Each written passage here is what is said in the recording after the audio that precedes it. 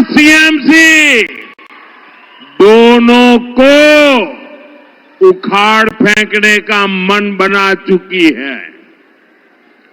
यहां BJP NDA की double engine सरकार बनना तय है। நண்பர்களே, ஆட்சி செய்ய நீங்கள் திமுகவிற்கு 2 முறை வாய்ப்பளித்தீர்கள், தெளிவாக அதிகாரம் அளித்தீர்கள். ஆனால் அவர்கள் தமிழ்நாட்டு மக்களுக்கு நம்பிக்கை துரோகம் இழைத்து விட்டார்கள். வாக்குறுதிகளை அள்ளி தெளித்தது திமுக. ஆனால் ஆற்றிய பணிகள் என்னமோ பூஜ்யம்தான். திமுக அரசினை இப்போது மக்கள் சிஎம்சி அரசாங்கம் என்று அழைக்கின்றார்கள் தெரியுமா? சிஎம்சி அரசாங்கம் என்றால் கரப்ஷன், மாஃபியா மற்றும் கிரைம், அதாவது ஊழல், குற்றவாளி குழுக்கள், குற்றங்கள் ஆகியவற்றை ஆதரிக்கும் அரசாங்கம். தமிழ்நாட்டின் மக்கள் இப்போது திமுக மற்றும் சிஎம்சி இந்த இரண்டையுமே வேரடி மண்ணோடு கிள்ளி எறிய வேண்டும் என்று தீர்மானம் செய்து விட்டார்கள். இங்கே தமிழ்நாட்டிலே பிஜேபி என்டிஏவின் இரட்டை என்ஜின் அரசாங்கம் அமைவது உறுதியாகிவிட்டது. फ्रेंड्स, आज तमिलनाडु में एक ऐसी सरकार है जिसे डेमोक्रेसी यार अकाउंटेबिलिटी से कोई लेना देना ही नहीं है।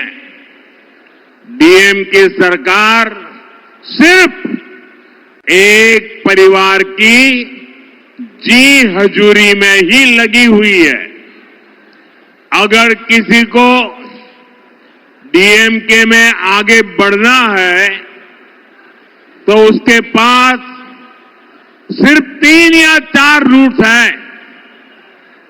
Dynasty root, corruption root, abuse women root, abuse our culture root. और यही कारण है कि आज डीएमके में वही लोग आगे बढ़ रहे हैं जिनको इस प्रकार के काम आते हैं। इसका नुकसान पूरे तमिलनाडु को हो रहा है। तमिलनाडु का बच्चा बच्चा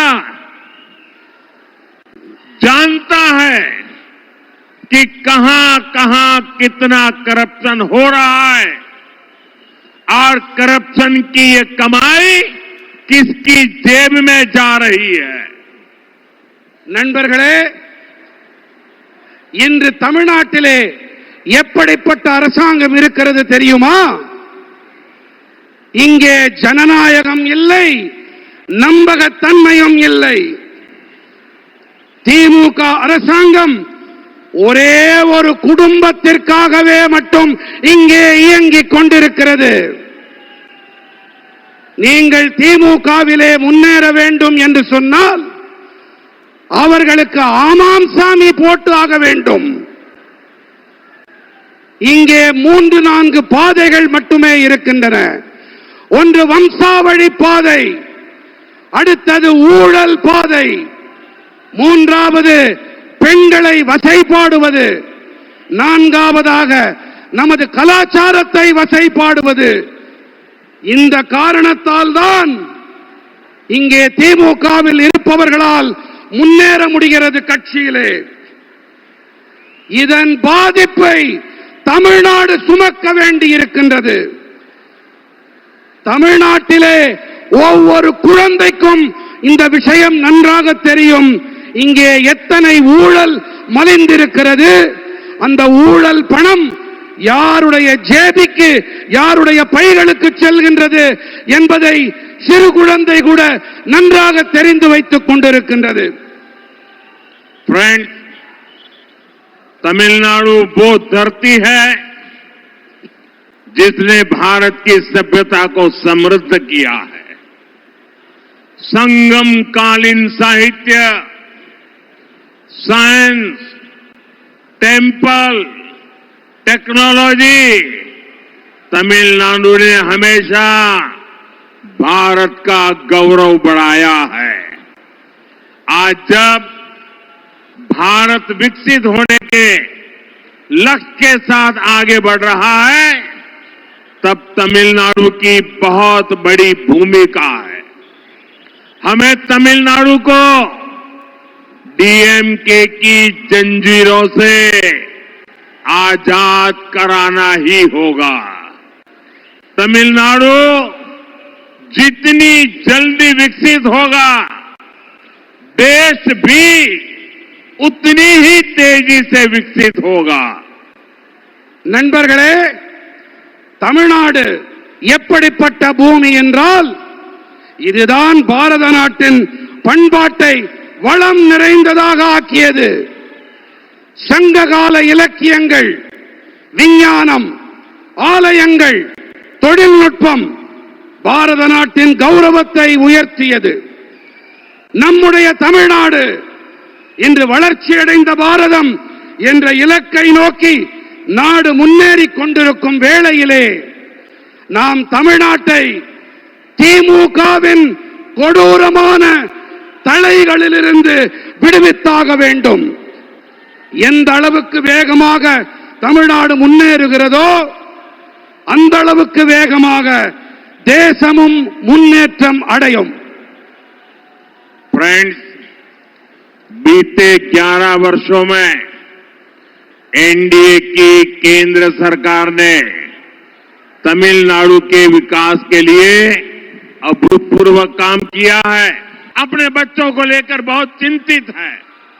मां बाप अपनी आंखों के सामने अपने बच्चों को बर्बाद होते देख रहे हैं।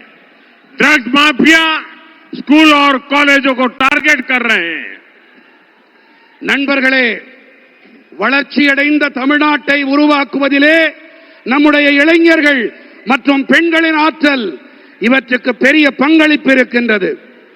ஆனால் இங்கே இருப்பதோ திமுக அரசாங்கம். இவர்கள் நமது இளைஞர்களை போதைப் பொருள் குற்றவாளி கும்பலிடம் ஒப்படைத்து விட்டார்கள். फ्रेंड्स, தங்கள் डीएमके की सच्चाई पूरा तमिलनाडु जानता है।